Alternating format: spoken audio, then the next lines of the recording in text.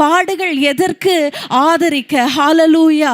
Mother Teresa ஒரு முறை ஒரு வீதி வழியாக போய் கொண்டிருந்தாங்களாம். போய் கொண்டிருக்கும் போது ஒரு வீட்டிலிருந்து ஒரே பிள்ளைகள் அழுகிற சத்தம்.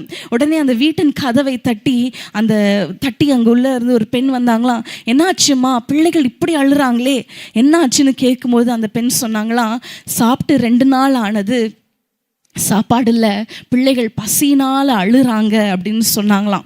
உடனே அதை தாங்க முடியாமல் மதர் தெரேசா என்ன பண்ணாங்களாம், ஓடி போய் கொஞ்சம் சாப்பாடை ஒரு பேக் பண்ணி ஒரு பார்சல் பண்ணி எடுத்துகிட்டு வந்து அந்த சகோதரின்றத்தில் கொடுத்தாங்களாம்.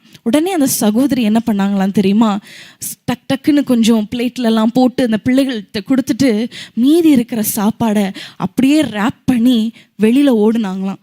உடனே மதர் தெரேசா கேட்டாங்களா, எங்கம்மா ஓடுறீங்க, பிள்ளைகளுக்கு சாப்பாடு கொடுங்க, நீங்களும் சாப்பிடுங்கன்னு சொல்லும் பொழுது அந்த சகோதரி சொன்னாங்களாம், அடுத்த தெருவில் என்னை போலவே ஒரு குடும்பம் இருக்கிறது, பசியோடு இருக்கிறாங்க, பிள்ளைகள் என்னுடைய பிள்ளைகள் போல அழுது கொண்டு இருக்கிறாங்க, அவங்களுக்கு நான் கொண்டு போய் கொடுக்க போகிறேன். ஹalleluya. நைட்டுக்கு அவங்களுக்கு சாப்பாடு இருக்கானா தெரியல, நாளைக்கு அவங்களுக்கு சாப்பாடு இருக்குமானா தெரியல, ஆனால் என்னை போலவே ஒரு தாய் அங்கே வேதனையோடு இருக்கிறாள். என் குழந்தைகளைப் போலவே அங்க ஒரு குழந்தை அழுது கொண்டிருக்கிறது, நான் ஆதரிக்க ஓடுகிறேன். அவங்களுடைய நிறைவுல அல்ல, அவங்க நல்ல நிலைமையில இருக்கும் போதல்ல, குறைவுல. இன்றைக்கு குறைவோடு நீங்க வந்திருக்கிறீங்களா?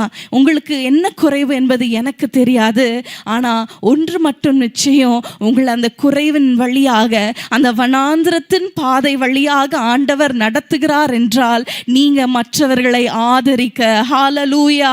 உங்களுக்கு ஒரு நிச்சயம் இருக்குல்ல, இந்த பாதை சீக்கிரத்துல முடிய போகிறது, அதை மற்றவர்களுக்கு நீங்க சொல்வீங்க என்றால் ஆண்டவர் எவ்வளவு உங்களை குறித்து ஹalleluya அவர் மகிழ்ச்சியா இருப்பார்.